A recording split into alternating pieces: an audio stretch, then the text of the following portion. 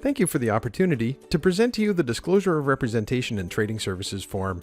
As professional realtors, Doug and Krista Gilbert believe consumers should have as much information as possible, as early as possible, in order to understand their relationship with their realtor, as well as the responsibilities and duties they are owed. As such, before providing trading services, we want to take this opportunity to review with you the Disclosure of Representation in Trading Services form, so that you have all the information necessary to make an informed decision on the type of representation you are seeking. The Disclosure of Representation in Trading Services form you have received contains two key sections.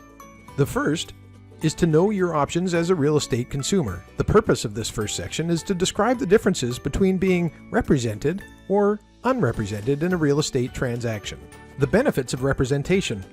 This section covers 4 key points that consumers need to know before entering into a real estate transaction. First, the benefits of working with a realtor, which includes expert advice, protection, and oversight.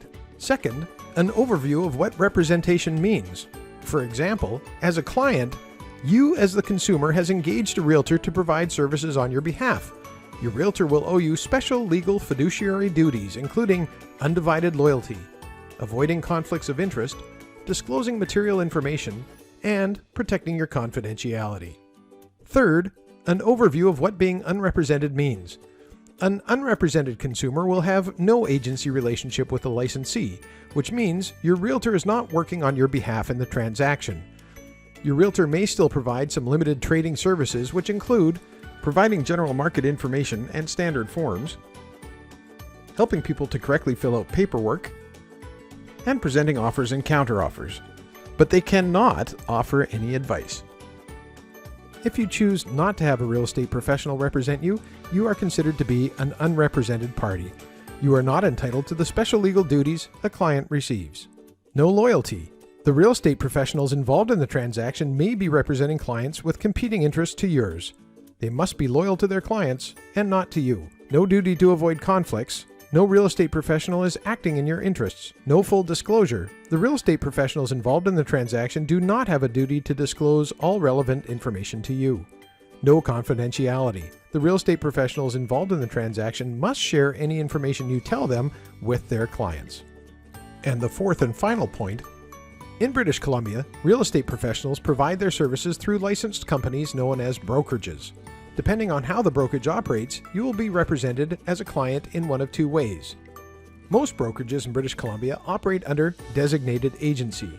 In designated agency, the relationship exists between the client and their designated agent from RE/MAX Treeland Realty. Should other parties or parties to a potential transaction be represented by another real estate agent within the same brokerage who is not your designated agent, there is no conflict, as each real estate agent will be in a designated agency with their respective clients. Only your designated agent owes the fundamental agency duties to you as a client.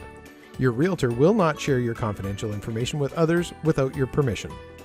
In the event that a realtor has a relationship with a buyer and seller, or a tenant and a landlord, the realtor must not represent either party unless they have obtained written consent from all parties. If this happens, a realtor can provide a referral to another designated agent who can provide the client with an agency relationship.